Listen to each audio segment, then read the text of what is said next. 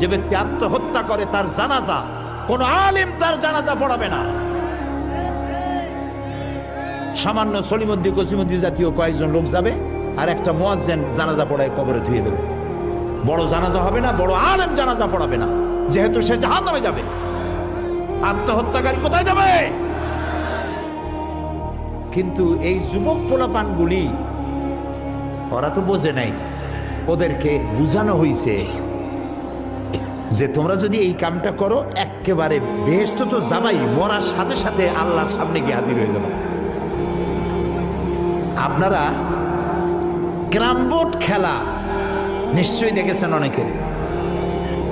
আর ভাই কইতে লজ্জা কি, আমিও তো খেলছি ছোটবেলায় ক্যারাম বোর্ড খেলা। এটা কি কোনো গুনাহ নাকি? আমিও খেলছি। ক্যারাম বোর্ড খেলাটা কি?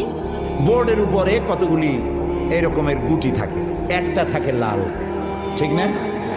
এখন বোর্ডের উপরে এই গুটিটা আমি মারতেছি, সামনে আর একটা গুটি, কিন্তু সামনের গুটিটা আমার মূল টার্গেট না।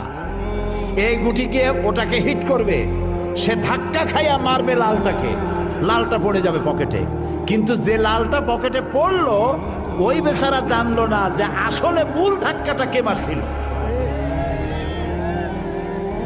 কাজে এই যে যুবক পোলাপানগুলি ইসলামের জন্য জীবন দিতে, জীবন দেওয়া সহজ ব্যাপার না।